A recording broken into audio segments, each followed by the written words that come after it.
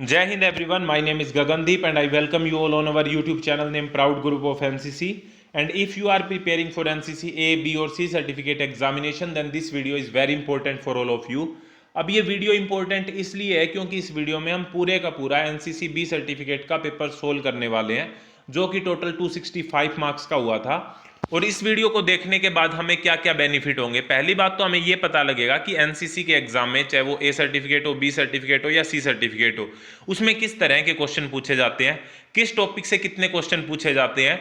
और दूसरी बात, आप जब एग्जाम देने जाएंगे तो देखेंगे कि बहुत सारे क्वेश्चन आपको एज इट इज मिलेंगे इसी वीडियो से। तो इसलिए ये वीडियो वेरी वेरी इंपॉर्टेंट है और आपको ये वीडियो पूरी देखनी है अगर आप अपने एग्जाम में ए ग्रेड लेना चाहते हैं। तो सबसे पहला जो यहाँ पे क्वेश्चन है वो ड्रिल वाले टॉपिक से है कि ड्रिल का उद्देश्य क्या है। तो ड्रिल कराई ही क्यों जाती है? अनुशासन की भावना को विकसित करने के लिए, असर और दिखने में स्मार्टनेस को सुधारने के लिए, आत्मविश्वास पैदा करने के लिए और आदेशों को तत्काल और अंतर्निहित आज्ञाकारिता की गुणवत्ता विकसित करने के लिए। फोर्थ पॉइंट का मतलब ये है कि जब भी हमको कोई कमांड दी जाती है तो उसको हम फौरन इंप्लीमेंट कर सकें और ये चीजें हमारे अंदर इनबिल्ट हो जाए, इसलिए ड्रिल कराई जाती है। नेक्स्ट क्वेश्चन है यहाँ पे कि निम्नलिखित आदेशों का हिंदी में अनुवाद करें, यानी कि इंग्लिश के अंदर कमांड दी गई है उनको हमको हिंदी में लिखना है। तो लेफ्ट टर्न को कहते हैं बाएं मुड़, आइज राइट को कहते हैं दाहिने देख, स्टैंड इजी को कहते हैं आराम से, अबाउट टर्न को कहते हैं पीछे मुड़ और राइट टर्न को कहते हैं दाहिने मुड़। तो ये आपको पता होना चाहिए। नेक्स्ट क्वेश्चन है यहाँ पे रिक्त स्थान भरें। हमारे एग्जाम में खाली स्थान भरने से रिलेटेड भी क्वेश्चन पूछे जाते हैं। तो सबसे पहला यहाँ पे हमारा फिल इन द ब्लैंक क्या है कि आधा दाहिने मुड़ में स्क्वाड कितने डिग्री घूमता है। तो जब भी आधा दाहिने मुड़ की कमांड दी जाएगी तो पूरा स्क्वाड कितने डिग्री घूमेगा? 45 डिग्री। जब दाहिने मुड़ की कमांड दी जाएगी तो 90 डिग्री, पीछे मुड़ की कमांड दी जाएगी तो 180 डिग्री, बाएं मुड़ की कमांड दी जाएगी तो 90 डिग्री और आधा बाएं मुड़ की कमांड दी जाएगी तो 45 डिग्री। इस तरीके से ये होते हैं और आपको ये याद रखनी है। नेक्स्ट क्वेश्चन है यहाँ पे कि तेज चल में कैडेटों के बीच की दूरी 45 इंच होती है। दाहिने में स्क्वाड कितने इंच कदम आगे लेता है? तो 15 इंच कदम आगे लेता है। ये जो बी और सी है इसको आप एक बार रीचेक कर लेना। डी में क्या है कि सावधान अवस्था में कितने डिग्री का कोण बनता है? तो आपको पता है सावधान अवस्था में एडी मिली हुई होती है और पंजे खुले हुए होते हैं, तो एंगल कितने डिग्री का बनता है? 30 डिग्री का एंगल बनता है उसके बीच में। पीछे मुड़ में स्क्वाड कितने डिग्री घूमता है? तो 180 डिग्री घूमता है। तो ये ड्रिल से रिलेटेड क्वेश्चन थे जो हमारे एग्जाम के अंदर पूछे गए। नेक्स्ट है यहाँ पे कि वेपन ट्रेनिंग से रिलेटेड है और वेपन ट्रेनिंग वाला पार्ट आपके एग्जाम में 30 मार्क्स का आएगा, जो कि बहुत ज्यादा वेटेज रखता है। तो वेपन ट्रेनिंग में क्वेश्चन यहां पर क्या है कि फायरिंग की कार्यवाही लिखें। फायरिंग की क्या कार्यवाही होती है, मतलब प्रोसीजर क्या होता है? प्रोसीजर सबसे पहले एमिंग पोजीशन, फिर ब्रीदिंग, फिर फायरिंग और फिर फॉलो थ्रू। आसान भाषा में हम इसको समझते हैं। पहले तो हम लक्ष्य के लिए पोजीशन लेंगे। आपको पता है कि फायरिंग पोजीशन 4 प्रकार की होती हैं। आपको बहुत सारी और चीजें भी जानने को मिलेंगी इस वीडियो के अंदर। फायरिंग पोजीशन 4 प्रकार की होती है। कौन सी? खड़े होकर फायरिंग कर सकते हैं, बैठ के फायरिंग कर सकते हैं, लेट के फायरिंग कर सकते हैं और घुटनों के बल बैठ के फायरिंग कर सकते हैं। तो 4 प्रकार की फायरिंग पोजीशन होती है। ये क्वेश्चन भी एग्जाम में पूछा गया कि फायरिंग पोजीशन कितने प्रकार की होती है, उनके नाम लिखो। मैंने आपको बता दिया ये। तो इसमें क्या होगा, पहले तो पोजीशन लेंगे हम, दूसरा क्या होगा ब्रीदिंग यानी कि सांस लेना। फिर हम क्या करेंगे, हमारी सांसों को बैलेंस करेंगे, उनको धीमा करेंगे, टारगेट पर निशाना लगाएंगे और फिर क्या होगा, हम फायरिंग कर देंगे, फिर हम गोली चला देंगे और गोली लगने के तुरंत बाद ही हमको हिलना नहीं होता। जब तक गोली बैरल से निकलती है, बुलेट बैरल से निकलती है और टारगेट तक जाती है, जब तक हमको उसी पोजीशन, उसी होल्ड में रहना होता है, तब तक अपनी पकड़ को मजबूत बनाए रखना होता है। ये हमारा क्या होता है, ये फायरिंग की कार्यवाही होती है।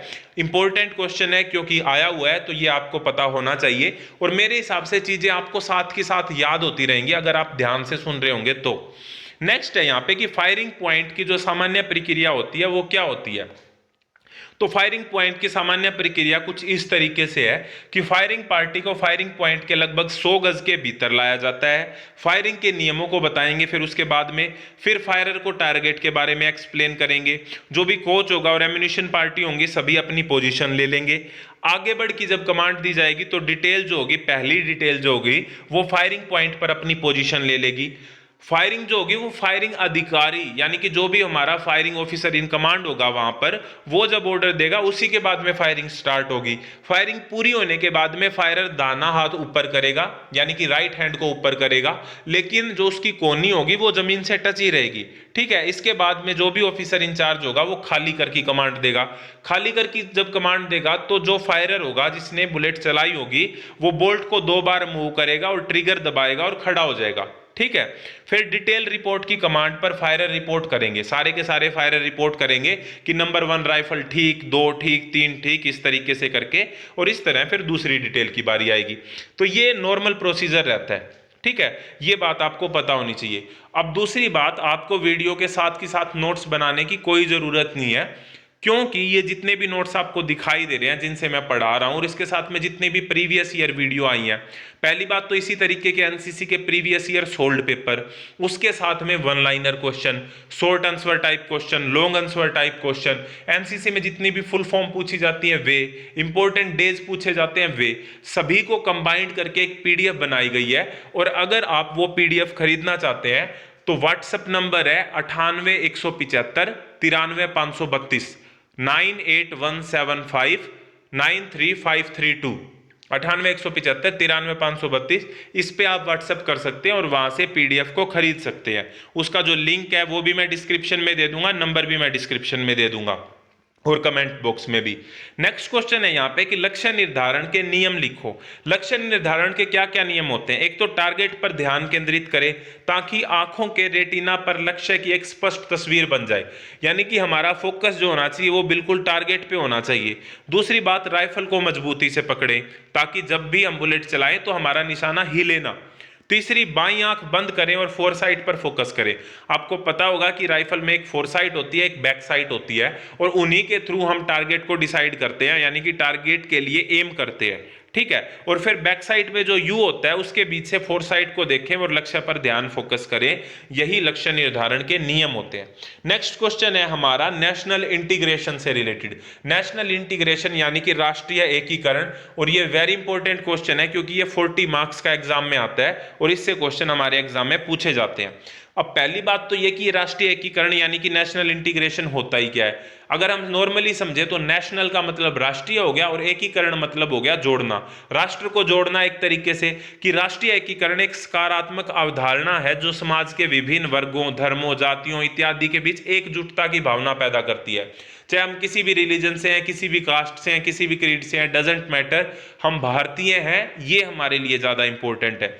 इसका ये मतलब नहीं है कि सभी धर्म और जाति और वर्ग जो है वो एक जैसे हो जाए। इसका ये मतलब है कि भिन्नता होते हुए भी हमें ये भावना होनी चाहिए कि हम चाहे जो भी हैं, जिस भी रिलीजन से हैं, जिस भी कास्ट से हैं, लेकिन सबसे पहले हम भारतीय हैं और विभिन्नता के बावजूद भी हम देश की समृद्धि के लिए समानता से कार्य करें। ये राष्ट्रीय एकीकरण की परिभाषा होती है।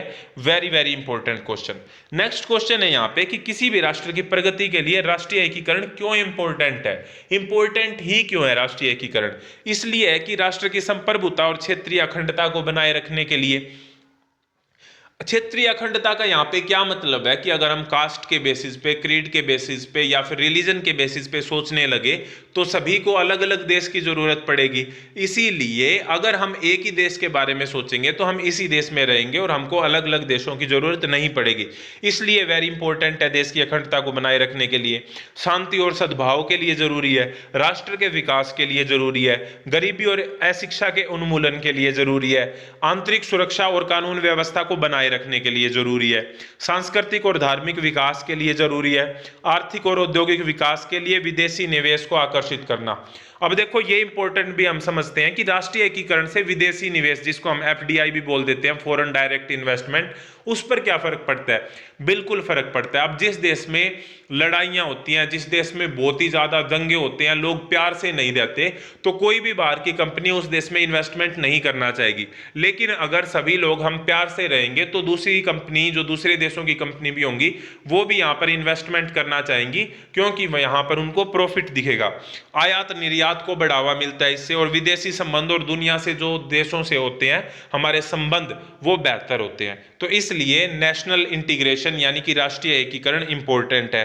नेक्स्ट क्वेश्चन है यहाँ पे कि प्रमुख भारतीय धर्म व उनका जनसंख्या प्रतिशत कितना है, कि इंडिया में कौन कौन से रिलीजन है और कितने परसेंट है। तो हिंदू धर्म 79.80%। ये जो डाटा मैं आपको बता रहा हूं ये 2011 के सेंसस यानी कि 2011 की जनगणना के अनुसार मैं आपको बता रहा हूं। मुस्लिम 14.23%, सिख 1.72%, ईसाई यहां पर 2.30%, बौद्ध 0.70%, जैन 0.37% और बाकी जो रिलीजन है वो 0.66 यानी कि 0.66% है। तो ये भी बात आपको पता होनी चाहिए मोटी मोटी। अब ये जरूरी नहीं है कि आप एग्जाम के अंदर एग्जैक्टली 79.80% ही लिख के आए, आप इसको लगभग 80% भी लिख सकते हैं, मुस्लिम में लगभग 15% लिख सकते हैं, सिख लगभग 2% लिख सकते हैं, ईसाई लगभग 2.5% लिख सकते हैं। इस तरीके से भी आप लिख सकते हैं, आपको ये जरूरी नहीं है एग्जैक्टली याद करना, ठीक है। नेक्स्ट क्वेश्चन यहाँ पे है, हमको ठीक गलत बताने हैं। एग्जाम में खाली स्थान से रिलेटेड क्वेश्चन पूछे जाते हैं, शॉर्ट आंसर टाइप क्वेश्चन पूछे जाते हैं, सही मिलान भी पूछे जाते हैं और सही गलत भी पूछे जाते हैं। तो यहाँ पे सही गलत के क्वेश्चन आ गए। सही गलत में पहला क्वेश्चन है कि सुलकुल सभी के साथ शांति, सुलकुल एक नीति थी जो अकबर ने अपनाई थी, तो ये बात ठीक है, बिल्कुल सही है। नए भगवान व पूजा के नए तरीके भारत में द्रविड़ लेकर आए थे, तो ये गलत है। फूट डालो और गुणा करो यानी कि बढ़ाओ की नीति भारत में अंग्रेज लाए थे, ये गलत है, क्योंकि उन्होंने तो फूट डालो और राज करो की नीति अपनाई थी। जीसस क्राइस्ट का जन्म 4 BC में इस कंट्री में हुआ था, तो नहीं, ये भी गलत है। और गौतम बुद्ध भारतीय राजा शुद्धोधन के पुत्र थे, ये बिल्कुल सही है। तो सही गलत भी अपने एग्जाम में पूछे जाते हैं। नेक्स्ट क्वेश्चन है यहाँ पे कि राष्ट्रीय एकता में मुख्यतः अवरोधक क्या है। अब राष्ट्रीय एकता क्या होती है, क्यों जरूरी है, ये तो हमने समझ लिया, इससे देश को क्या बेनिफिट होता है ये भी हमने समझ लिया। लेकिन इसमें कुछ अवरोधक है जिनके कारण राष्ट्रीय एकीकरण इतना अच्छा नहीं हो पाता। तो वो क्या क्या है भाई, जातिवाद, क्षेत्रवाद, नस्लवाद, शिक्षा का अभाव, लोगों में अवेयरनेस की कमी होती है और सांप्रदायिकता। तो ये ऐसे अवरोधक हैं जो राष्ट्रीय एकता के अंदर अवरोधक का कार्य करते हैं, राष्ट्रीय एकता के अंदर एक तरीके से ब्रेकर का कार्य करते हैं। तो ये राष्ट्रीय एकता में मुख्यतः अवरोधक होते हैं। नेक्स्ट यहाँ पे हमारे क्वेश्चन आएंगे लीडरशिप से रिलेटेड यानी कि नेतृत्व से related. Very very very important topic है नेतृत्व, क्योंकि इसमें आप जो क्वेश्चन देखेंगे ना वो हर पेपर में पूछे जाएंगे। लीडरशिप की क्वालिटीज लिखो, ये क्वेश्चन हर एग्जाम में पूछा जाता है और इसको हम करेंगे हमारी नेक्स्ट वीडियो में, क्योंकि एक पेपर को एक ही वीडियो के अंदर पूरे का पूरा कराना बहुत ही लंबी वीडियो हो जाएगी। तो इसके मैं पार्ट बना दूंगा और जब ये कंप्लीट हो जाएंगे तो इनकी एक प्लेलिस्ट बना के उसका लिंक मैं आपको डिस्क्रिप्शन में दे दूंगा। तो इस तरीके से आपकी तैयारी बेटर हो पाएगी। एक इंपॉर्टेंट चीज और, रुक जाओ एक मिनट, एक इंपॉर्टेंट चीज ये है कि जो भी क्वेश्चन आप यहाँ पे कर रहे हैं, जो भी क्वेश्चन आप यहाँ पे कर रहे हैं उनके क्विज बना के मैं टेलीग्राम चैनल के ऊपर डालता हूं, जहां से आपकी तैयारी और बेटर हो जाती है। तो Telegram proud group of NCC आप सर्च भी कर सकते हैं, अदरवाइज टेलीग्राम चैनल का लिंक आपको डिस्क्रिप्शन में मिल जाएगा और वहां से जाके आप एनसीसी क्विज को अटेम्प्ट कर सकते हैं। वहां पे आपको एनसीसी क्विज, एनसीसी से रिलेटेड पीडीएफ और क्वेश्चन रेगुलरली मिलते रहेंगे। तो वहां पे भी आप जाइए, चैनल को फॉलो करिए और अपनी तैयारी को नेक्स्ट लेवल तक ले जाइए। इस तरह की और वीडियो के लिए जुड़े रहिए proud group of NCC YouTube channel के साथ। नेक्स्ट वीडियो की अपडेट पाने के लिए आप सब्सक्राइब कर सकते हैं चैनल को। नेक्स्ट वीडियो तक जय हिंद, जय Bharat, thank you very much.